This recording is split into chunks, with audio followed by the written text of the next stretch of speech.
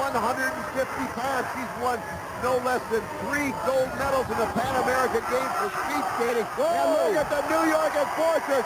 They pull down the entire pack of the Texas Rustlers. Gunner sails over, cuts off the jam. The last thing Texas needed to happen was the Enforcers piling up the points while skating shorthanded. Well, this plays right to Heather Gunner's strong suit, Ken. I talked a little bit earlier how she has great speed but doesn't deal well with other power players. Early in the game, we saw her taken down by Laura Heiser. This jam, she was unimpeded. Janet Abraham and the Sisters of Suffering took down everybody on the track, literally, and Heather Gunner scored the point because she could take advantage of her speed. It's almost a repeat of the Rustlers' problems throughout the entire WSL season. When they are presented with a golden opportunity, disaster strikes. And as they come around, this is number 46, Pam Hutchinson, 5'11", 135. First time in memory serves me we've seen Hutchinson in this third period. And certainly the Rustlers need some points, because if New York gets a lead like they have, boy, there's no better team in the WSL sitting on it. You see the whip coming from Renee Blevins as Hutchinson trying to catch up, but the Enforcers on a pull away. They know that they can't. Got a great advantage right now. Now you see Hutchinson catching up to the pack. The Enforcers tried to pull away, but it's backfired. It's a great job by the Texas Rustler blockers, allowing Hutchinson to come around. You see the whoop, and she cuts it off. Pam Hutchinson returning the favor, passing the entire pack. What a job by Hutchinson, and the Texas Rustlers are right back in it. Well, Kenny, these New York Enforcers, I think they're still fishing for a combination that works. You saw them try to do a pull-away. They didn't even send any jammers out. They had Janet Abraham in the game. There's not many teams with Janet Abraham in a lineup that can do a pull-away, Ken. I think these Enforcers, for once in a blue moon, are actually frustrated by another team. Unbelievable. Well, Buddy Atkinson talked about it. He said the one thing the Rustlers could do is pull out all their speed, because the Enforcers cannot match it. Now the Enforcers counter. They send out Karen Magnuson. Magnuson, a very, very physical player, but at the same time, very much, Buddy, an all-around player. She can jam, she can block. Absolutely, and this girl's got some stuff that's going to happen now. Watch this one. And that's not going to be slowed down. We got big Janet Abraham moving up there to give her assist. Oh, boy. You see Abraham talking to Magnuson, telling her what she's got in store, and there it is.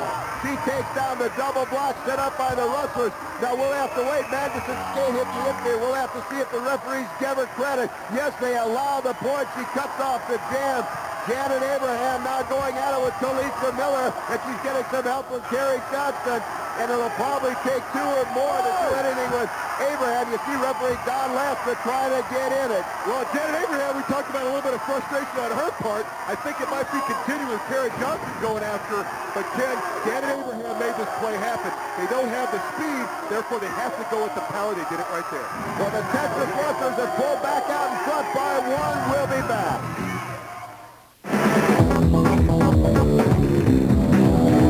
It's the Texas Rustlers 20, the New York Enforcers 19. We may be in for a real shocker. Buddy, in that period, the experience of the New York Enforcers really showed. In fact, they obviously had a play set from the beginning of the jam. They really did, and I'll tell you what, the experience is the setup. And it took 5 people working together, and you'll watch this setup with Toodle on the outside. You've got Abraham sitting right there, and now look at high speed run and the jump by Gunn. And look at this clearance. That's a jump and a half, 1 foot landing only, and then she slides down, does a spin, and this is good thinking. Cuts off the jam. Remember, it is the Texas Rustlers 20, the New York Enforcers 19 as we start this 4th period for the racehorse start.